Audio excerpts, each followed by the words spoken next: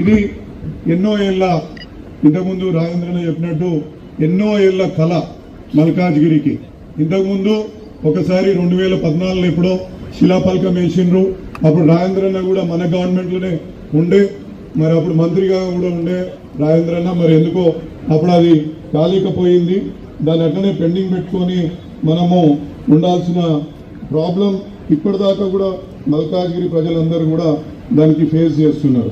ఇంకొకటి ఇక్కడ మనం చెప్పాల్సింది ఏంటంటే వాజ్పేయి నగర్ ఆర్యూబీ ముఖ్యంగా ఇక్కడ 2 లేన్లు 9 మీటర్ల వెడల్పుతోటి 120 మీటర్ల పొడవుతోటి ఈ యొక్క రైల్వే వంతెనని మనం నిర్మించుకుంటున్నాం.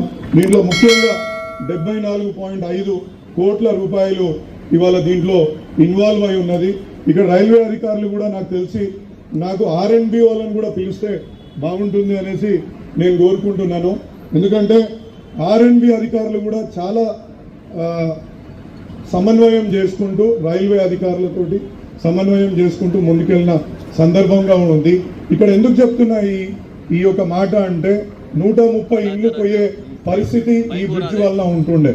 దాన్ని కేవలం 8 ఇండ్లకు తీసుకురావడానికి R&B రైల్వే అధికారులు దీనికి పాటుపడ్డారు.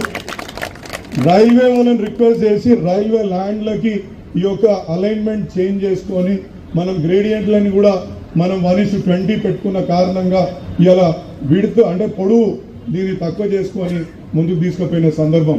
దీంట్లో ప్రతి ఒక్క ENC R&Bకి సంబంధించి అదేవిధంగా DRMలు రైల్వే ఇంజనీర్లు కూడా అహర్నిశలు ఇలా శ్రమించిందని ఈ సందర్భంగా తెలియజేసుకున్నాం.